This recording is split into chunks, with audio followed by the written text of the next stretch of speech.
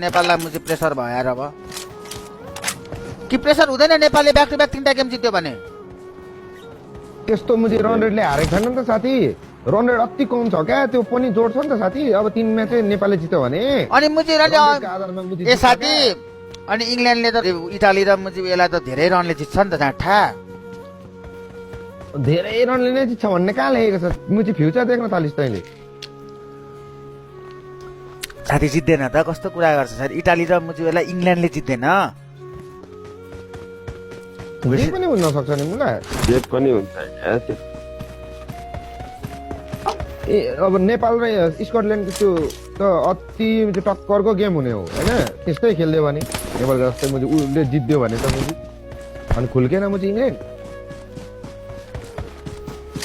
टक्करको game त हुन्छ नि यो इंग्ल्यान्ड के रे नेपाल र उयसको त स्कटल्यान्ड स्कटल्यान्ड नेपाल इटाली त अलि जोत होला